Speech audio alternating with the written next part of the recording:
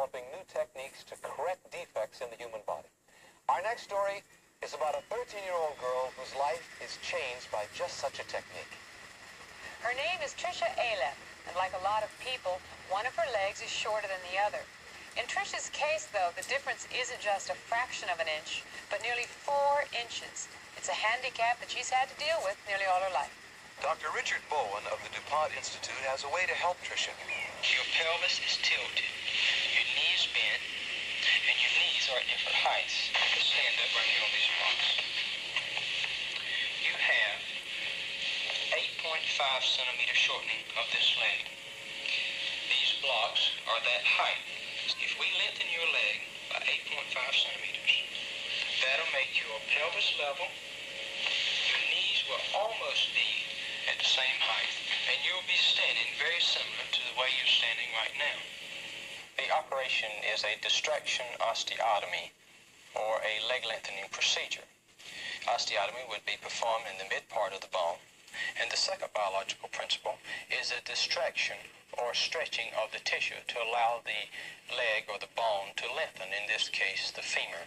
The bone is lengthened by first applying a distraction apparatus, and as the knob is turned, the device elongates, which in turn would elongate the bone. This device is applied during the first operative procedure. Trisha herself must decide if she wants to undergo the operation, which will involve over a year of rehabilitation and considerable discomfort. So she talked with the kids who've done it. You can lift it like this if you want, and just, move it around, because sometimes, it's hard to lift, so you just pick it up like that. It used to hurt more when I picked it up by the leg than when I picked it up by the hanger, because you feel it. The bones are cut when you lift it like that. It's really sore. It hurts. Anytime you're stretching nerves, arteries, veins, muscles, you have the potential for severe complications. A clot of a major vessel could potentially result in amputation of the leg. For Trisha, the potential complications are even more serious.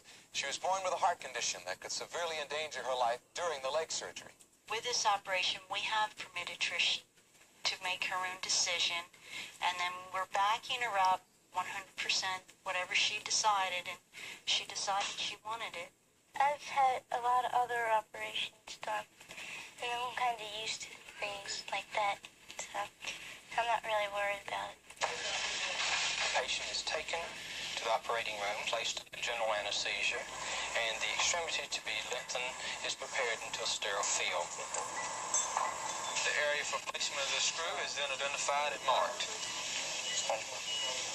A small incision is made at the site, and the tissue is elevated down to the area of the bone. A small drill guide is then positioned through the skin down to the bony surface, and the bone is pre-drilled.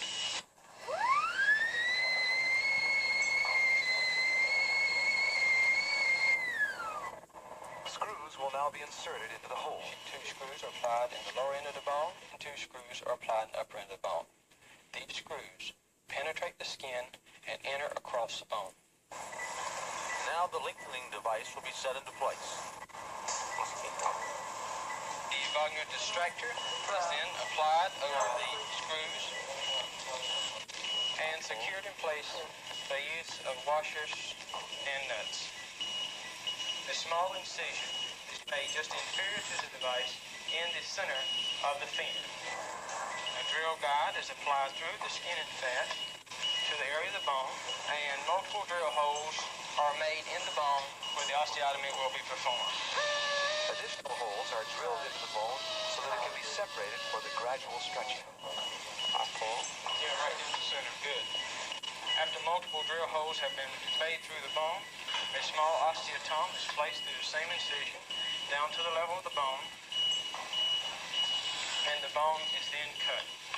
The bone is separated and ready for stretching. Trisha's entire operation has taken only about an hour and a half. The leg may be lengthened approximately 1 centimeter immediately. This is done by turning the distraction device, which elongates the device, in turn distracting the ends of the bone. Tricia is coming out of the anesthesia, but the process of recovery is a long one. It will require over a year of physical therapy and rehabilitation. Otherwise, you're not getting the muscles all the way. After the desired length is obtained, that is, desired distraction has occurred, a metal plate is placed along the distraction area and secured in place by use of screws. The distractor is then removed. The distance of lengthening is maintained by the metal plate and the screws. A bone graft is then obtained, usually from the upper pelvis area, called the iliac crest, and placed into the defect. Donna Delwarty had the operation over a year ago. She's making great